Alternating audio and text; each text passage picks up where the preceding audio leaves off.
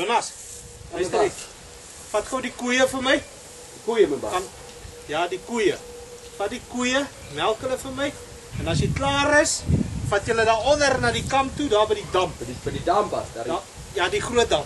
Daar by daai dam vat hulle en as jy klaar is, luister vir die bas. Dan maak jy die hek toe. Toe my baas. Jy maak hom toe. Jy vergeet, jy maak hom toe. Vat hulle. Maar nie daai een nie.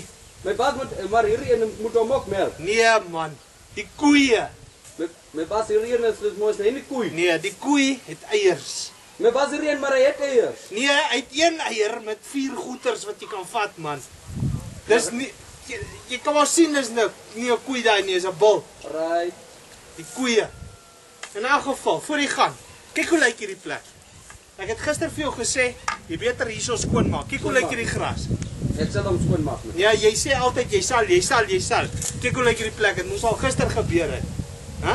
Kyk hierdie draad. My skape gaan ons uitkom hierso. Nee man, ons moet regmaak. Bring vir my tang. 'n Tang.